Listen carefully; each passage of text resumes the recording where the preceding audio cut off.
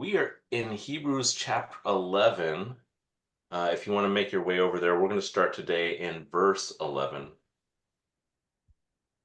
So I apologize. I am just not waking up this morning. So I'm trying to get there. Hopefully we'll get there. But I'm feeling a little sluggish and a little slow. So if you guys are feeling it and wanted to jump in, definitely feel free to do that. All right. So last week we're going through Hebrews 11, this famous chapter on faith, and sometimes this is called the Hall of Faith. These different people throughout history in the Bible who've demonstrated their faith and are examples for us. And so we're looking through that. We've looked at Abel, and we've looked at Enoch, and we've looked at Noah, which gave us some good lessons about faith. Last week we looked at Abraham, and again, some good lessons. He showed us that obedience is a big part of faith. Um, we saw this cool thing. I think it's a cool thing where God kind of gave him a new identity, gave him a new name. And then we saw this interesting thing about how he lived in this period of a promise, but not the promise fulfilled. And so this interesting way that he lived and how he lived in this promises that God had given him. And so we're going to continue that a little bit, but from a different perspective, and that is through his wife, Sarah. And so we're going to see something interesting. Of all of these, uh, the I think I'm most excited about what we see with Sarah, which is kind of weird because I wouldn't have expected that. But let's look at that. So let's see. Um, Bill, will you read verse 11? So we're in Hebrews 11, chapter 11, verse 11. And by faith, even Sarah, who was past childbearing age, was enabled to bear children because she considered him faithful who had made the promise. All right. So we're going to start off very similarly as how we started with Abraham, except again, I like this whole identity thing, this whole name change. Maybe you're not so into it, but we're going to go over it a little bit here. And so Sarah also, as in Abraham, like Abraham, she had her name changed as well. So it was Sarai, and now it's Sarah. Um, and so we can look at this in the same way that we looked at Abraham, except I think that Sarah's name change is way cooler than it is for Abraham. And just trying to think, maybe we should just look at that. See, I don't have that written down where it was.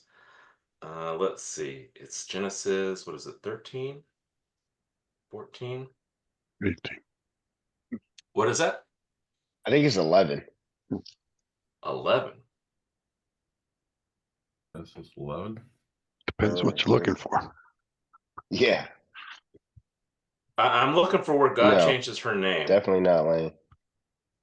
No. 11's not it. 11's not it. Oh, it's 11 to 23. Oh, great. Yes. Search.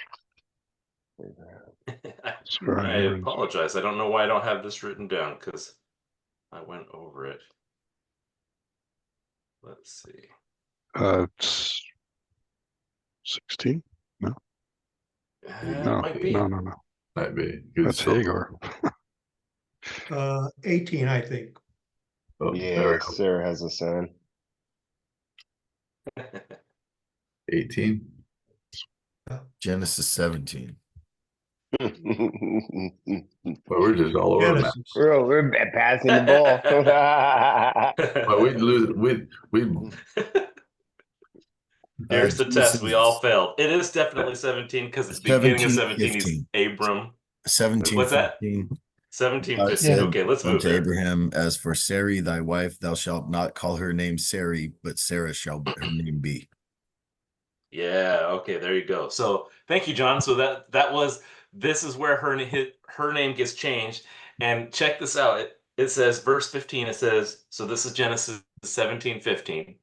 It says, then God said to Abraham, so for Sarai, your wife, you shall not call her name Sarai, but Sarah shall be her name. And I just want to point out something that's cool here is that God changes the name of Sarah, and he doesn't tell Sarah, he tells Abraham. And I think this is cool because it's much cooler for God to tell somebody else that they need to start calling you by a new name than it is for him to say, okay, now you have a new name. And let me explain that a little bit. If I change my name and I say, okay, from now on, I want to be called as, Bob. I'm a new person. Things have changed in my life, and I now should be Bob. So call me Bob. You might be thinking, okay, you're Bob, but I know who you are. I know your past. You're really John, right? But then how much cooler is it when God says, okay, I've changed that person and they're a new person and you need to call her Sarah now. And so so this is why I think this is so much cooler than Abraham's name change, is because that although Abraham did change, God did change Abraham's name, it was Abraham's responsibility to tell everybody, hey, now you need to call me Sarah. I'm sorry, now you need to call me Abraham. But with Sarah, it was, okay, Abraham, now you need to call her Sarah, and you need to tell everybody else to call her Sarah too. And so I think this is much cooler. If and there's definitely, it's understandable in the culture that they're living in, where women are not, they're more like possessions kind of, and they don't have all of these freedoms. It is understandable if God had told Sarah, hey, I want your name to be Sarah, and Sarah said, hey, call me Sarah. Abraham could have said, nah, I'm not going to call you that. I'm going to call you Sarai. That's how I know you. That's how you're going to be, right? So I understand that. I just think it is so much cooler that God is the one who said, okay, now Abraham, you call her Sarah. I've given her a new identity, and you need to recognize that she is a different person. So I think that that's pretty sweet. I would love that, right? You would love that. I don't know if you guys watched The Chosen, and if you do, I'm about to spoil something for you. I apologize. I'm sorry, if you don't, I'm about to spoil something because it happened a few seasons back. But there's this part where Jesus makes this statement and then says, basically, from now on, this guy Simon, you don't call him Simon, you call him Peter. And there's this cool interaction that happens between Peter and all of the apostles when they're like, what? I got to call him Peter? And they're really struggling with it. They're like, Simon, I mean, Peter, or they'll say Simon, and Peter will say, nope, that's not my name. And they have to rethink and they have to recalibrate because God has given him a new name and they need to look at him differently. And there's this whole process that goes on. And this is a fun part of the show where they show this whole process goes on where they're having to deal with that. They're even like talking to their parents, and their parents are like, what? Jesus gave Simon a new name? Why didn't he give you a new name? It's just this funny thing that happens. So I really enjoy this whole aspect that when we're in Hebrews here, that her name is Sarah and that God gave her a new name and God told Abraham. What do you guys think about this? Am I just overdoing this? Am I just silly by thinking this is cool? No, Well, have you ever, as a kid, did you ever have somebody that wanted to make, anybody that makes up their own nickname usually doesn't stick? It's when Right. somebody makes up a nickname, that's the one that sticks because everybody agrees to it. And I think that's what's kind of interesting here is the one that sticks is somebody else made it up or somebody else has given it to you. Yeah. I started thinking about if I started calling my wife another woman's name, how that would go over in house. And it just could not help but think about that. Yeah. Just tell her God told you to do it. Right. God told me. And you better not meet somebody with that same name. That's right. It better not be the name of your past girlfriend. Yeah. So but I just really, I think this is cool. I love that he does that to Abraham, and then I think it is so much cooler that he does it to Sarah. And one of the things that happens here is that God doesn't leave Sarah out of what's going on here, right? Sarah is, again, she's a woman. She's in this culture where that being overlooked is just part of, that's how they treat women. And God does not overlook Sarah at all. And he's like, I'm changing your name, but I'm also changing her name. And you got to call her this by this new name now. And so I love this whole aspect of this where God does that. I also love it because it shows us again that God doesn't overlook us, right? It's not like you're not valuable, so he's not gonna invest in you. He's not willing to change your identity. He has given us all the ability to be called children of God. He has made us a child of him. And that wasn't where we were born, right? We were all descendants of Adam. And then God said, nope, if you follow me, I'm gonna change you so you're now a child of God. That's pretty cool. That's pretty cool. I think it's cooler than what we realize sometimes. All right, so that's the first part of this verse. When we're just talking about the name Sarah, which again I think is pretty cool. But let's also look at the rest of the verse. It says, by faith, Sarah herself also received strength to conceive seed, and she bore a child when she was past the age. And so here's a really I think this is a really big deal, important aspect of faith that we have to understand, which is when we have faith, it can actually change our world. It can change reality. The reality is here with Sarah, she's too old to have children. She's physically incapable of having children.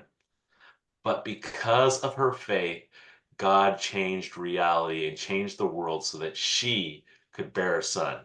This is pretty amazing. And if we look through the Bible, we actually see this happens several times with Jesus, right? There's several times when Jesus heals somebody and he tells them, "Your faith has healed you." Let's look at one of them. Let's go to Matthew chapter 9. And we're going to start in verse 20 and read verse 20 through 22. And this is, again, a woman. And this is this woman. Well, we should just read it. Let's see. Tim, do you mind reading it? We're in Matthew 9, 20 through 22. And behold, a woman who was troubled with an issue of blood 12 years came behind him and touched the hem of his garment. For she said within herself, if I shall touch only his garment, I shall be healed. But Jesus, turning and seeing her, said, be of good heart, daughter, thy faith has made thee whole. And the woman was made whole from that hour. So this is, I don't want us to miss this. This is really cool. Jesus says, your faith has made you well. And this is not the only place that he says something like this. There's other instances where he says this. So in Hebrews, we see that because of Sarah's faith, she's able to bear and conceive a son. We see here that this woman is healed, and it says, Jesus says, it's your faith that has made you well. And there's just this interesting link that Jesus has made, that we have read in the Bible between faith and reality being changed. And this is just, I want to talk about this a little bit, but before we do it, I also want to point out something important. This is not a limitation of Jesus where he can only heal people when they have the right amount of faith. Because as we see in the Bible, he heals all sorts of people. He does all sorts of miracles. They don't have to have faith for him to do it. But in some of these instances, he's like, because of your faith, you are healed. So what do you guys think about this? What do you think of this link between faith and our reality changing? I think it calls into question, and I'll just speak for my own self, my faith. I wonder if I had more faith, if I could do some of these miracles, possibly. I don't know. I mean, Yeah, yeah. Scrip- But let's look scripture- on the flip scrip- side. Sorry, go ahead. I was just gonna say scripture, says if we had the faith of a mustard seed, we could move a mountain. Yeah. yeah. And I don't see the faith of the church moving a lot of things in today's world, unfortunately. So I really call into question, do we really have enough faith in what we say we Yeah. believe? And I'm speaking myself personally. Yeah, yeah, okay. And what I was gonna say is on the flip side of that, definitely we could do Yes. better in the faith department. Definitely we could do better. But at the same time, is it possible that we do have faith and God is changing reality and we're just totally missing it? Possible. John, I think possible. also a component of that faith is understanding. Okay. Like, So I'll your just, faith. go Sorry, ahead, go Mark. ahead. I'm sorry. No, No, go ahead. I was just Okay, gonna, I'll just push just a little bit farther on this. This is something that's close to me. I had a very heated discussion with a family member about this, and this was his contention, and made me start thinking, why aren't there more healings in the world from Christians? And he said because they don't have enough faith. We don't have enough faith, and if we did, there would be more healings and more outward signs. And I know I don't want to get into the whole science thing, but I'm just using this as an example. Yeah, yeah. I would only I love this discussion and I think we should continue, but I would just want to push back just a little bit, Tim, because I think that the perspective that we're seeing this is from our American culture perspective. True. And and maybe we aren't seeing that. If you look worldwide, I'm pretty sure that a lot of crazy things are happening and we aren't seeing them. And I could give you some examples, but I digress because I'm afraid that'll derail us. But but I think you have a valid point. Why aren't we seeing this more in America? I'm just pushing back and saying I think it is actually happening more than we realize. Just maybe not as much here in our. So I think- you're know supporting what you think. you're supporting what I'm saying then in the American church. Yeah. That there may not be enough Sure. faith. Sure. I think we also, I know that in Mexico, we've seen lots of healings that happen, and they are miraculous. And you can only say that it is by faith and by God doing his work. But I also believe that if you listen sometimes when someone's praying for healing for someone, they usually end up with, and if it's God's will, that's great. In other words, they put this little caveat on the end saying, Yeah. well, if it doesn't happen, then it's not it's not that we don't have enough faith, it's because God didn't want it to happen. And I really think that we don't step out in faith enough to say, Lord, you gotta step in here and heal. Yeah. Also, I believe that healings are really a sign from God to allow other people to come to him. And I really believe that that's what we see here in the Bible, is Jesus was healing these people so he could bring them closer to him, but it still didn't work because, look at all these people that don't believe and are walking away from him. When he goes through his, I am the vine, there's only one way, a lot of people walked away, even though they saw all those miracles. So I think it's not just a lack of faith. I just think it's a lack of people truly wanting it to happen. And which is faith, I think. Wow. This is a huge subject. It is. You guys are stepping. This could take weeks. And I'm sorry, my response is really rooted in having been exposed a wee bit, where I went to church as a child, just when they dragged me kicking and screaming for a brief time and then gave up because I was the last child, was a First Christian Science church, which, they measured faith in the ability to heal. They also had the belief that this world's not real, it's an illusion, it's all in our mind. Rather strange stuff, but it really comes to that. I mean, imagine if our will to heal somebody was the manner. In the end, we would have to potentially believe that there's no new heaven and earth. It's all us, and fill the world with Christians. I'm just saying where this kind of discussion starts pointing, that now changing the world is the Christian's role. And I don't believe that. I believe shining the light and glory for God is the only purpose. It's not to make it a beautiful place, because it's not. And God's will includes not healing. So, but I agree, this is a huge struggle, because I know that, I am one who would go, if we're called to gather around somebody to pray and heal, I don't feel that gift, so to speak. Certainly it's not a gift of healing. It's prayer for God to heal anyway. And so this is huge stuff in my opinion. But this verse is written in a way where he says your faith has healed you. I don't think that's really what he's saying. It's your faith, and I choose to heal you. But that's a guess. It's only based on my impression of the nature of his ministry, as this started with whom it was Sean, right?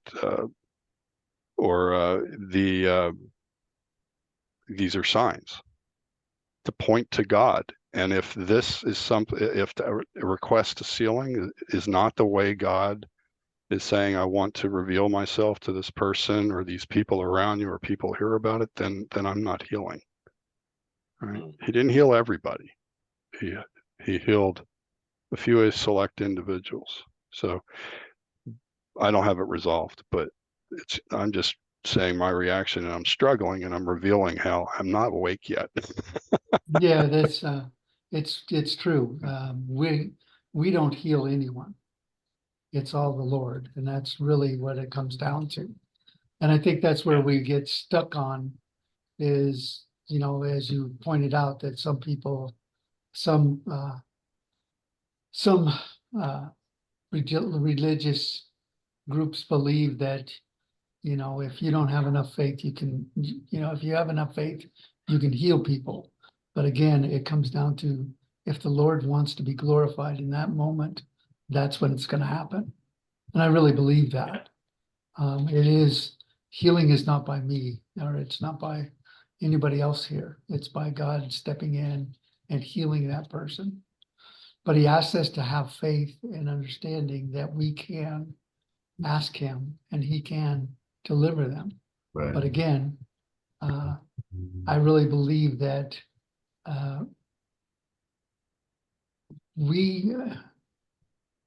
don't know how to say this. We don't pray enough, and we don't have a personal relationship with Jesus Christ ourselves. And I think that's where the struggle is. And I think that's where we see in the United States, there is so many other distractions that people have, that they don't see God, and they see themselves as being God. Because I can do this, I can take care of this.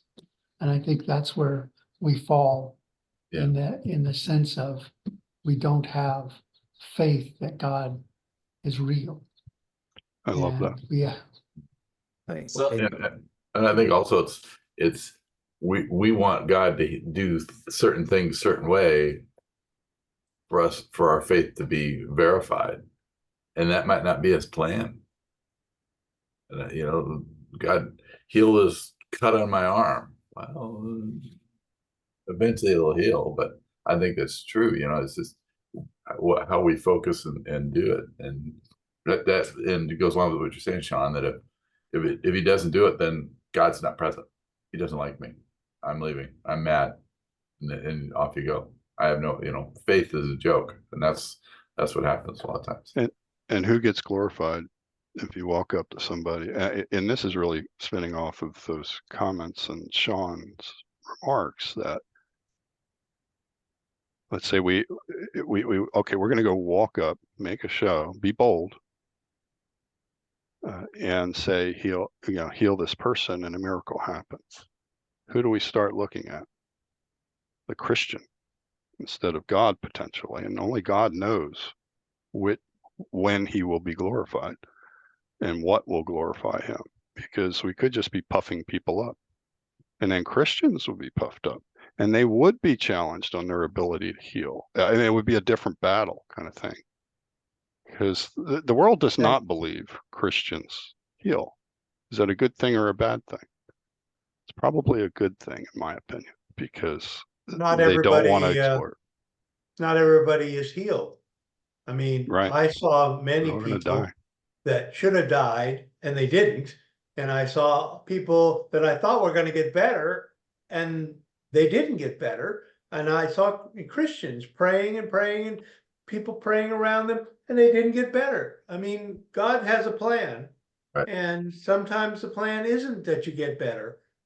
Sometimes the plan is to join him. Yeah. And Yeah. I think sometimes the plan is to get better and be a witness of what God's done in your life.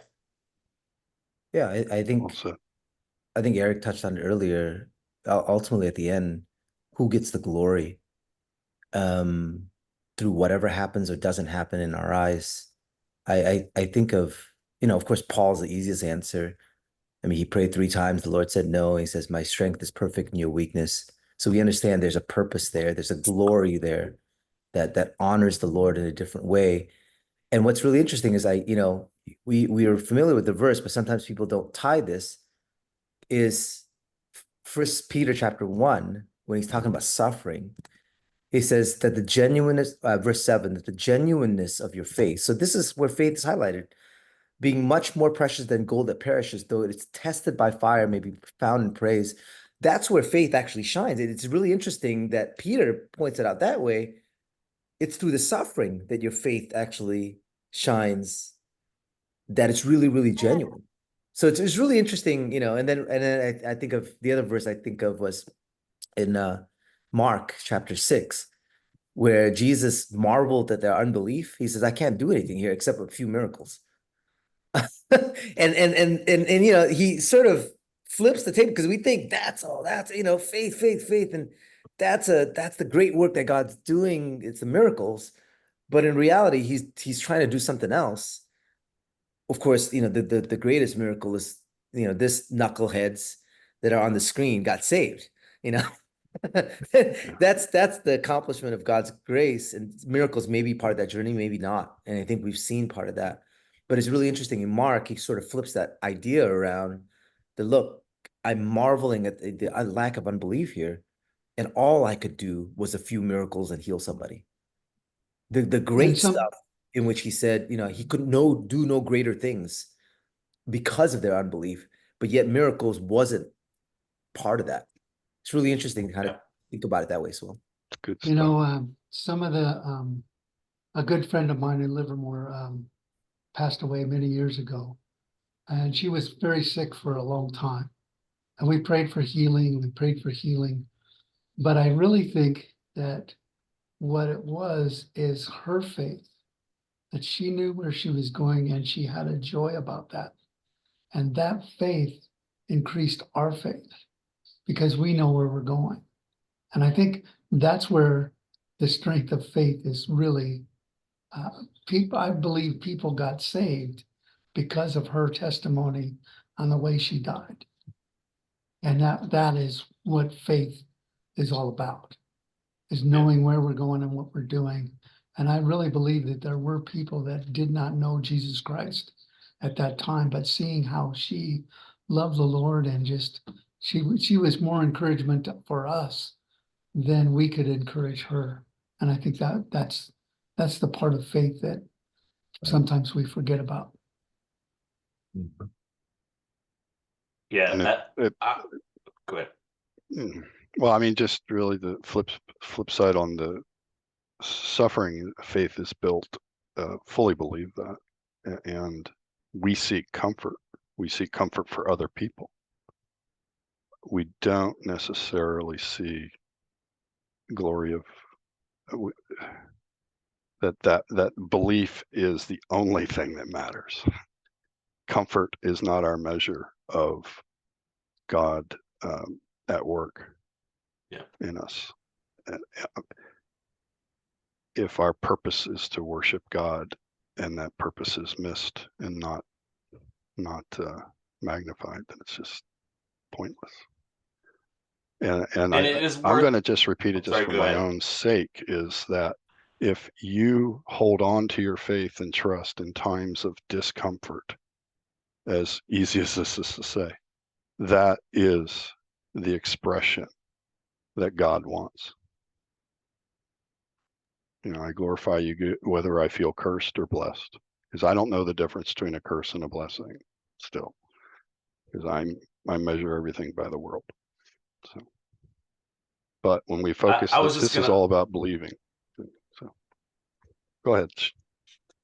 I need to I was slow just down. gonna point out that you're making this good point, and what we need to recognize even with Sarah is that she had the promise of having a son, but she could not bear a son, and that went for a long time. There was a long period of time where she was told she was going to have a son and she didn't have one, but she still had faith. So there was both sides of this. There was the suffering of, okay, I'm not having a son, even though you said I'm going to have one.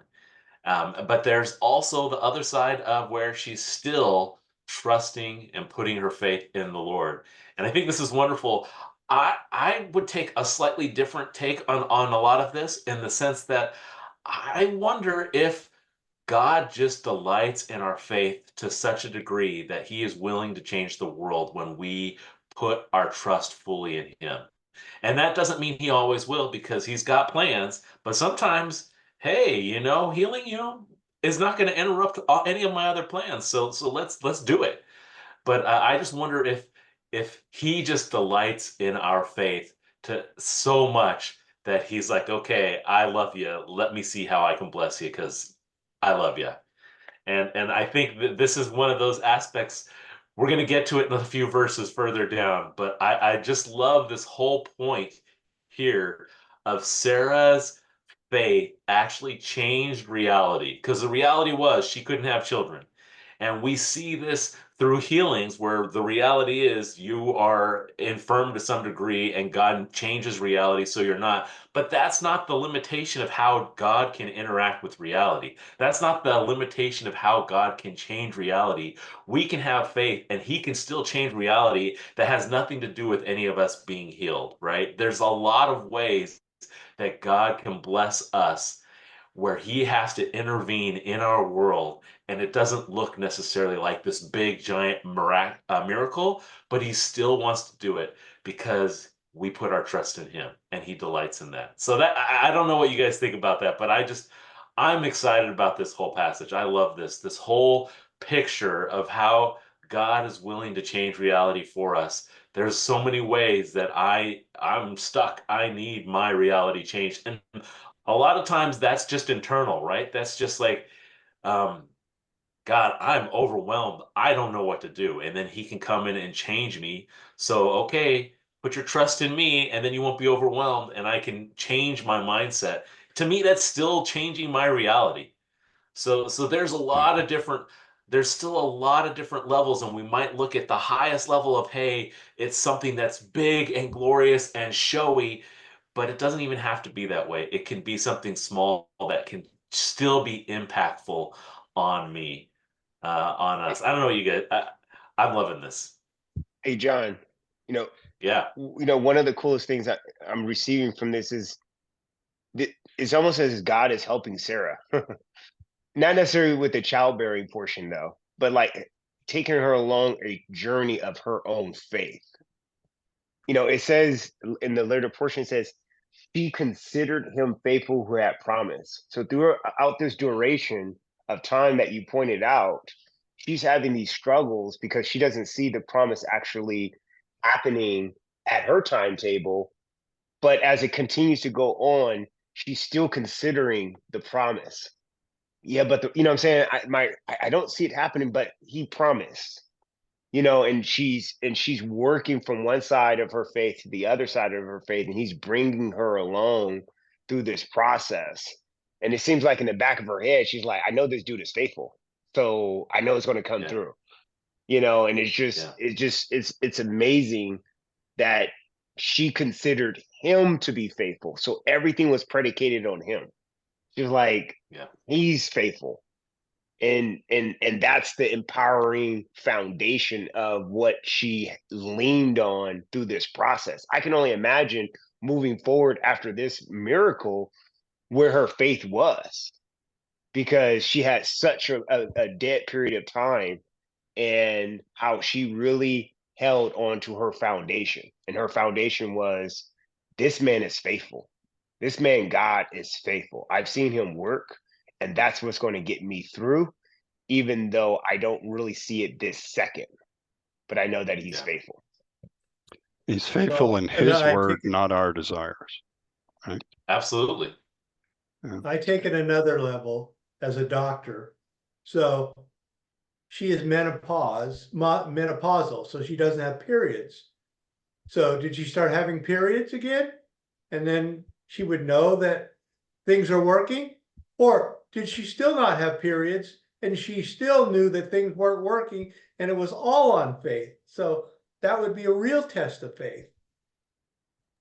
Yeah. Yeah. I don't know. This is all interesting, but Mark brought us further into the verse, so we got to look at this. This is another aspect that is pretty cool, where she says that she judged him faithful who had promised. And so we have to understand there is a level of going on of Sarah interacting with God, which we don't really see a whole lot of in the Bible. And in my mindset, when I'm thinking about Sarah, and when I'm thinking about these things, these interactions that happen in the Old Testament, I picture her in the kitchen cooking while Abraham is interacting with God.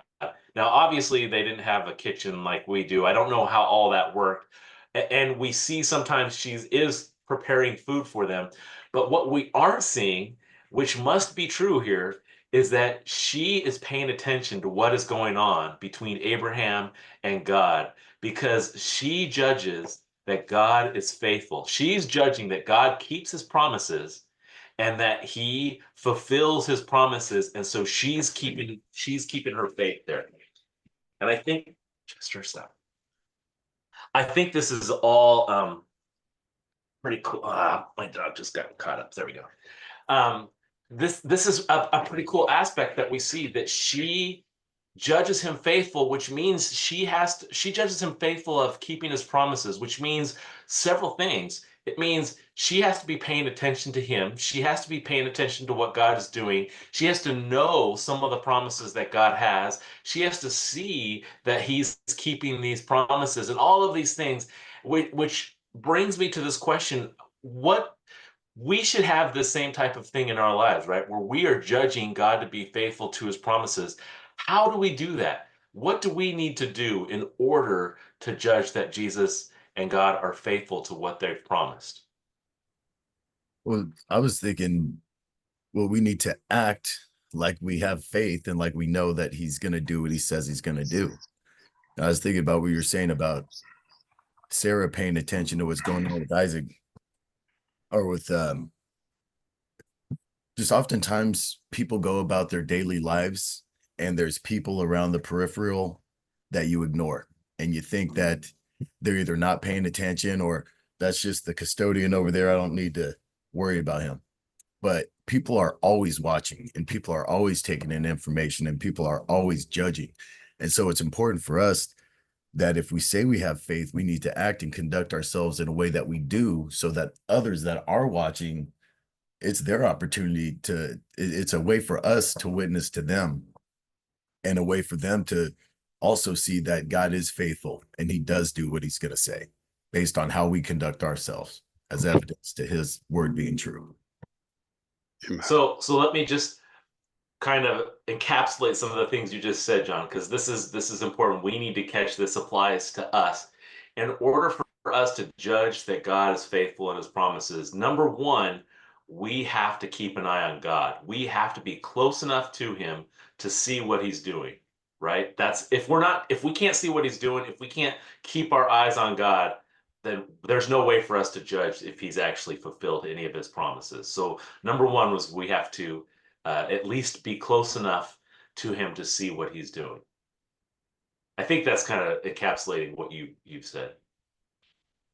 Absolutely. But I think also to not forget about those people around that are paying attention too. I see. Okay. So, You know, so I'm, oh, no, Doug, please.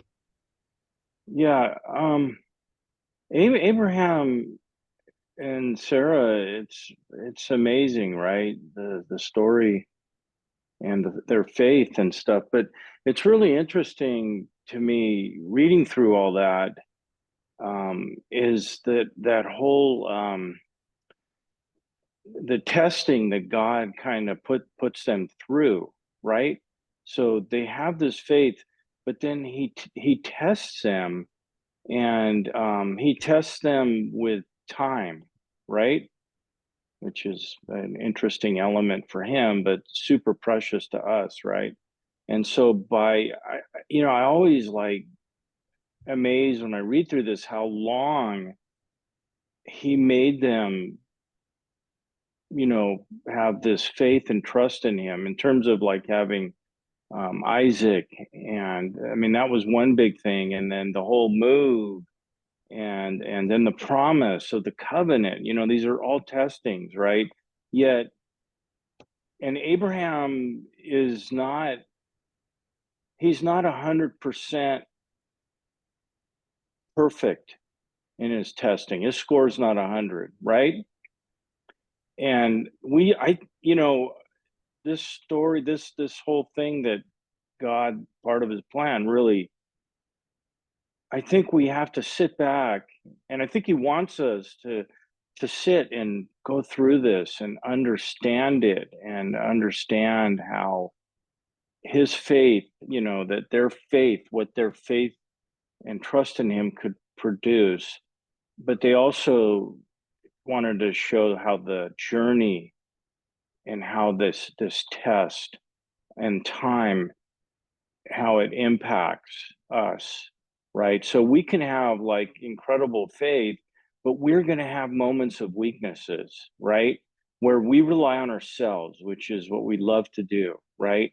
And then because of that, there may be, we may do something not good, and then there'll be consequences. So but we can always come back to him in faith, right? And trust. And I think every time one of these things happens to us, it makes us stronger in our faith towards him in the end. And that's our sanctification and our journey, is continually strengthening that. Anyways, sorry for the ramble. I can't do anything in a That's few good words. stuff. If you can indulge me a little more too. I mean, I'm keep going back to the significant disagreement that Tim had. So forgive me, but I think it's all related. If God's promise with Abraham and Sarah, that's what was all about. A promise is something unseen in the future, and in a way, the promise we hold on to is not in this life, but after. In reality, I have to bring that one deep into my heart. But and how's the world look at it? They measure God and their faith or belief in God according to how much comfort and discomfort's in the world. And that's not what God wants. He wants you to trust under any circumstance. And his promise is in eternity.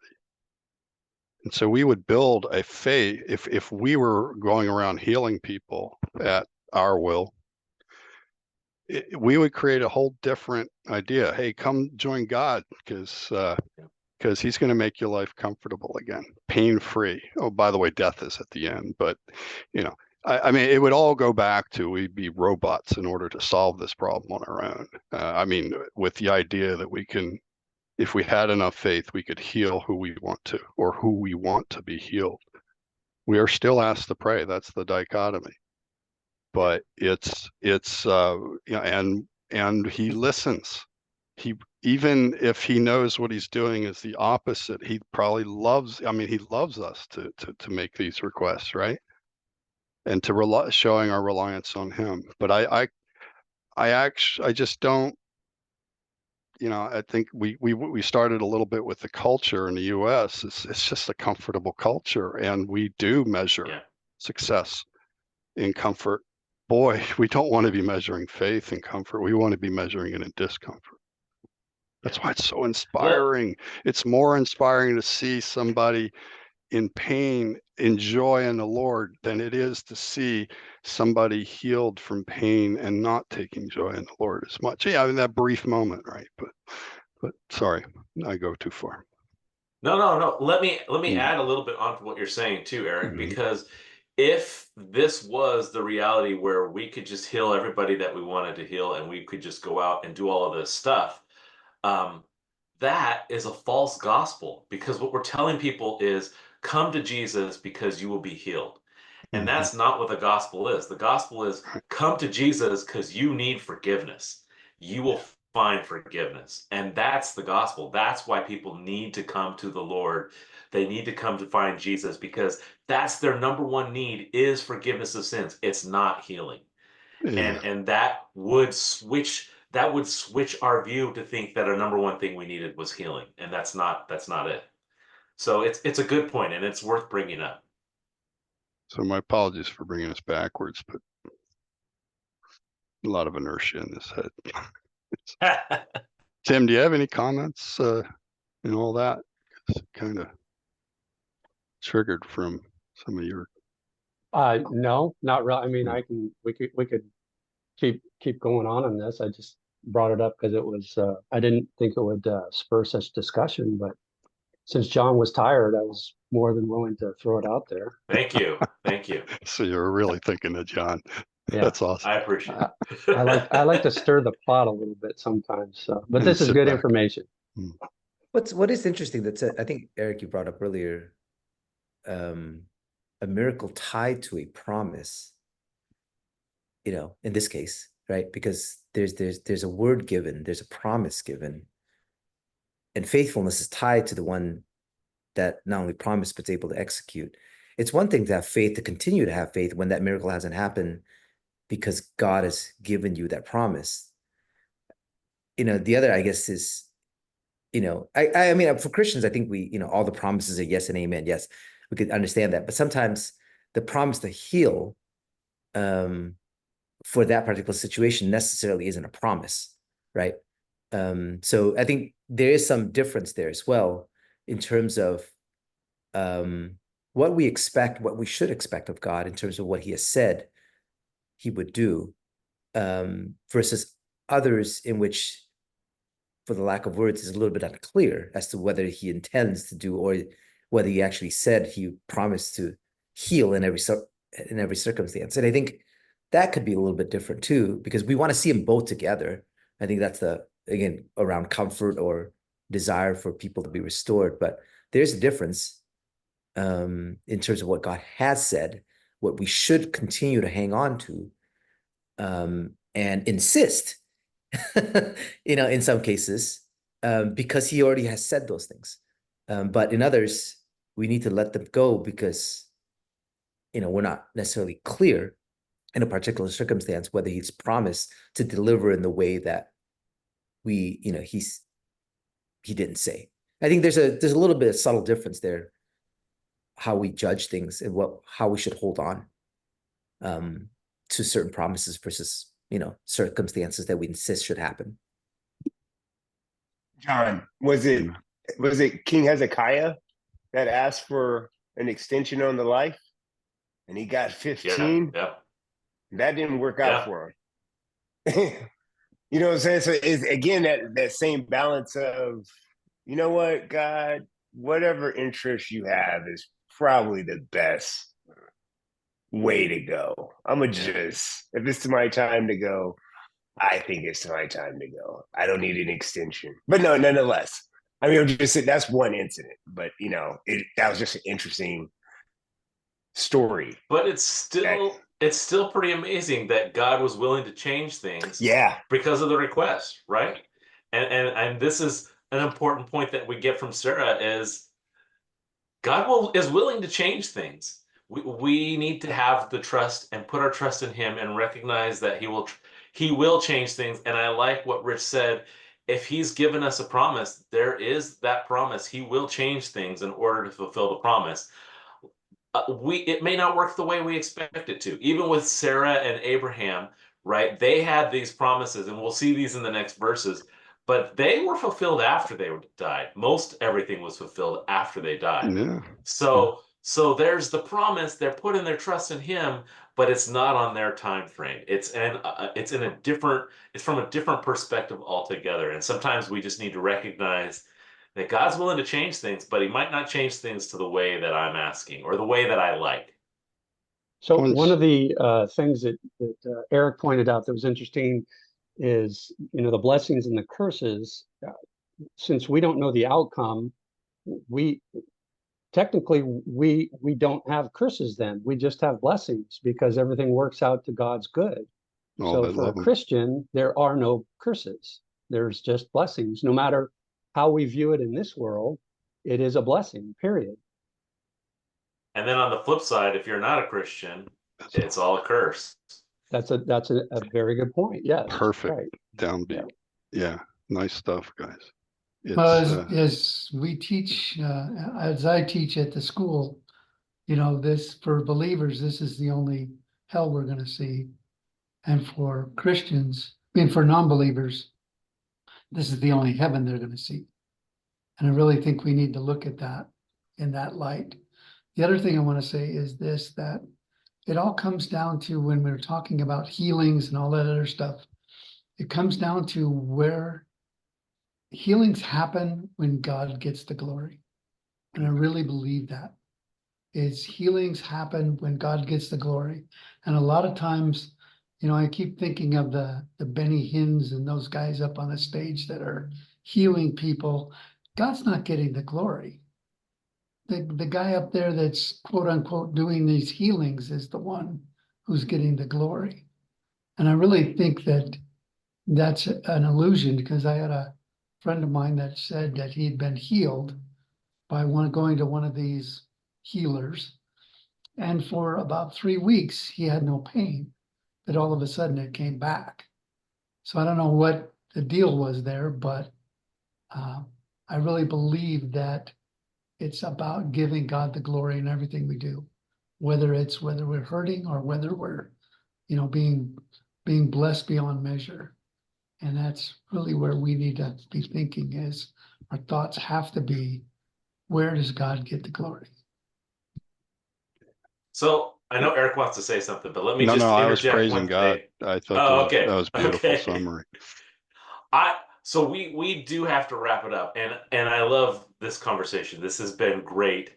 I want to just put one little spin on what you said, Sean, which is you're absolutely right, except that can't be a limiting factor. God can still do it if he wants to do it. If he's not going to receive the glory in the way that we think he should receive the glory, he can still heal people.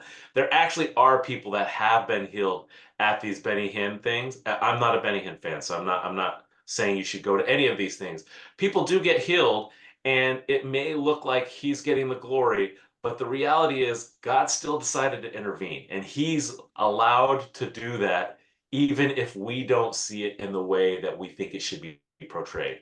So I didn't hear any agreeing with you. disagreement. I'm just between what you saying said and that Sean there's said. okay, then we're all good. I just want to point out though that God's allowed to do whatever he wants to do. So I also believe, I believe this. I believe that Satan can heal also. sure. He can also put, and I really believe that these guys that are doing these healings can be, and I'm probably opening a big can of worms for everybody, but I believe that we live in a fallen world. Satan is the Yeah. ruler of this world. And I really believe that there are these false prophets that are out there that are deceiving people. And I really believe that sometimes, Satan looks like the angel of light. And Yeah. he can do things that we, but it's only for a temporary time, because we know his time is short, and it's coming to an end someday. Maybe not in our lifetime, but it's coming soon. How many healings Well- did Jesus do, and he would say, "Don't tell anybody about this"? right? I mean, we You- probably don't know because they're not all written. Because Yeah, they're not, because This is nobody said important. anything. They followed through. But yeah, I mean, Simon, Simon, remember there was that Simon the magician? I was trying to look for it in Acts, couldn't find it. Remember, and he wanted that power that I think it was Yeah. Peter and the guys had. You know what I mean? That they were going through and healing people, and he saw that as his power, and he wanted that power, and he wanted it because he wanted it to glorify himself, right? He's a magician. He wanted it to be another trick in his toolkit. He said it could be stronger, and that's where this whole thing of the healing and all this stuff is pride becomes this huge factor, right? And are you giving the glory to God, or are you taking it yourself? And are you benefiting from it because it's your pride, right? And just feeling like, hey, I'm the guy. Look at how amazing I am and what I can do. So that's that slippery slope we deal with in life. And So I'll let's. throw a leather wrench in the last minute to queue for next week. If we really examine the faith of Sarah and Abraham, unless we read things like in Hebrew, would we have counted their actions as much in faith as God did? Yeah. Because they don't demonstrate. And how much faith is there in waiting on God when you can't have children? Yeah, it's a non-effect. It's like, okay, I can't have children. So I'm sorry, I'm kind of queuing it because I don't think I processed on these verses regarding Sarah, who laughed just like Abraham laughed and was somewhat rebuked, if we interpret it correctly, for doing so. And so anyway. Well, we are out of time. We're past time, so we need to pray. And let's pray.